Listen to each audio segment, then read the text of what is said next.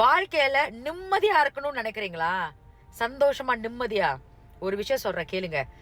வாழ்க்கையில அடுத்தது நீங்க என்ன செய்ய போறீங்க? நீங்க யாரு கூட பழகிக்கிட்டு இருக்கீங்க? உங்க வாழ்க்கையோடைய முன்னேற்றம் எது? இது எல்லாத்தையும் யாருக்கிட்டயும் சொல்லாதீங்க. அடுத்தது எங்கேயும் போடாதீங்க. இந்த வாழ்த்து சொல்றதுக்கு 10 பேர் கிளம்பிக்கிட்டு வந்துருவாங்க டைப் பண்றதுக்கு. ஒரு போஸ்ட் போட்டீங்கன்னா வாழ்த்துக்கள், சந்தோஷமா இருங்க, எங்க இருந்தாலும் நல்லா இருக்கணும்னு சொல்லிட்டு.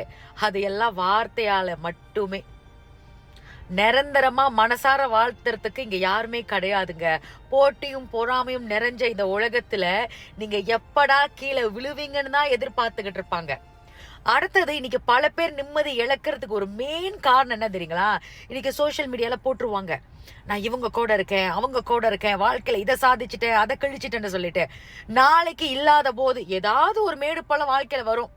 அந்த சமயத்துல இல்லாத போது வாழ்க்கையில இழந்தது கூட நினைச்சு கவலைப்பட மாட்டாங்க. ஆனா அடுத்தவங்க பேசுற வார்த்தை இருக்க, அட்டமா ஆடுனாங்கல்ல, ஓவரா நடிச்சாங்கல்ல, ஓவரா போட்டாங்கல்ல, தேவை அப்படின்னு பேசுறப்பதான் நமக்கு ஒண்ணு கோவம் வரும், ஒன்று டிப்ரெஷன் ஆகும்.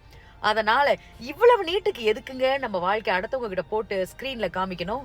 நம்ம வாழ்க்கை நம்ம வாழ்ந்தா பத்தாது?